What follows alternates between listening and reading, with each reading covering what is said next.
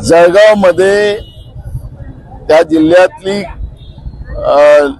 लोक तीर्थयात्रे करण्यासाठी गेलेले होते। नेपाळमध्ये बस उलटून त्या ठिकाणी त्यांचा मृत्यू झाला आणि आज सगळी प्रेत आज जळगाव मध्ये आलेली आहे। अगर थोड्या भावना आणि थोडंसही माणुसकी असती तर आज नरेंद्र मोदी आणि भाजपने तो कार्यक्रम रद्द केला असता। एकीकडे जनतेच्या डोळ्यात अश्रू आणि एकीकडे हे उत्साह साजरा करतात आहेत। म्हणजे संवेदनशील मंत्री प्रधानमंत्री या देशाने पाहिलेला आज आपण महाराष्ट्रात पाहतोय। असो त्यांनी काय त्यांचे कार्यक्रम घ्यायचे, कारण की अखेरी हा तर जनतेच्या पैशाने कार्यक्रम आहे, शासकीय कार्यक्रम आहे, म्हणजे याचा अर्थ जनतेच्या पैशाने आहे। इकडे महाराष्ट्रातल्या जनतेच्या डोळ्यात अश्रू आणि त्यांच्याच पैशावर हे कार्यक्रम घेऊन मीठ चोरतात आहे का, असा प्रश्न आज महाराष्ट्राच्या जनतेच्या समोर निर्माण झालेला आहे। बघा, निवडणुका तर केव्हा लागतील हा अजून काही सांगता येत नाही, कारण की निवडणूक आयोगच आता भाजपच्या कार्यालयात बसतं असं चित्र आपण पाहतोय। देशाचे प्रधानमंत्री नरेंद्र मोदी परवा लाल किल्ल्यामध्ये बोलत होते की 1 नेशन 1 इलेक्शन आम्हाला आणायचं आहे, पण देशामधल्या 4 राज्यातल्या निवडणुका पण घ्यायला ते घाबरतात आणि त्याच्यामुळे 2 राज्यातच निवडणुका त्यांनी जाहीर केल्या। त्यामुळे ती एक शंका आहे।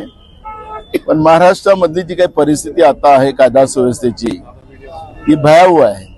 शाळेतल्या मुली सुरक्षित नाही, एक घटना नाही बदलापूरची, अशा घटना रोज आपण आज पण आपल्याला त्या घटना पाहायला मिळतात आहेत। म्हणजे घराच्या समोर उभ्या असलेल्या 13 वर्षाच्या पोरीला उचलून घेऊन जाऊन नराधमांनी सोडलं नाही, असं आता कायद्याचा, पोलिसांचा आणि सरकारचा धाकच राहिला नाही अशी परिस्थिती आहे। आणि त्याच्यावरही महाराष्ट्रातला मुख्यमंत्री आणि उपमुख्यमंत्री बोलतात की विरोधक राजकारण करतात आहे। आता यांना ते पण बोलायला लाज वाटतं की नाही वाटत, हा प्रश्न आता महाराष्ट्राच्या जनतेच्या समोर आहे। सत्ता तुमच्या हातात आहे, हे नराधाम हे अशा पद्धतीचं करू शकतात, याचा अर्थच तुमचा त्यांना पाठिंबा आहे का? आपल्याला माहितीसाठी सांगतो की गुजरातमध्ये एका नराधामाने एका मुलीवर अत्याचार केला, तिला अत्याचार झाल्यानंतर तिला जीवे मारलं, त्याला जेल झाली, पण त्याला भाजपच्या लोकांनी सोडवलं आणि जेव्हा तो जेलच्या बाहेर आला तर त्याचं जसं त्यानं देशातला काही फार मोठा चांगला कार्यक्रम काम केलेला आहे म्हणून त्याचं स्वागताची एक जय्यत तयारी गुजरातमध्ये आपण पाहिली। म्हणजे ह्या नराधमाला असं वाटतं की भाजप सत्तेत आहे, भाजपचं अलायन्स सत्तेत आहे, तर आम्हाला सगळी मोकळीक आहे, अशा पद्धतीचं चित्र आज महाराष्ट्रामध्ये आपण पाहतो आहे। आणि त्याच्यात हे लोक असं बोलत असतील की विरोधक राजकारण करतात, आम्हाला राजकारण करायचं नाही आहे।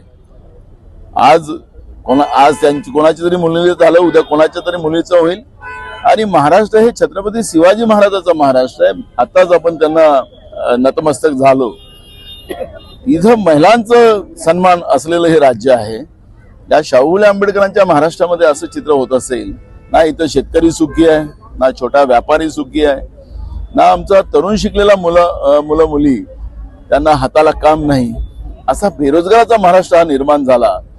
राज्याचा सरकारचं एकमेव काम असं आहे की जनतेच्या नावाने कर्ज गोळा करा आणि त्या कर्जाला लुटा आणि राज्याच्या तिजोरीमध्ये राज्याच्या जनतेचा जो घामाचा पैसा जीएसटी जातो त्याची लूट माजलेली आहे। आणि 3 तोंडाचं हे सरकार आहे, लुटमार मध्ये लागलेलं आहे, लुटोबाटो मध्ये लागलेलं आहे। आणि त्याच्यामुळे राज्यातला कायदा सुव्यवस्था आणि हे सगळ्या गोष्टी संपल्यामुळे आज आपण पाहतो की ही तुम्हाला निवडणुकीची रॅली वाटतं, पण हा सगळा जनतेचा आक्रोश आहे आणि हा रस्त्यावर आलेला आहे।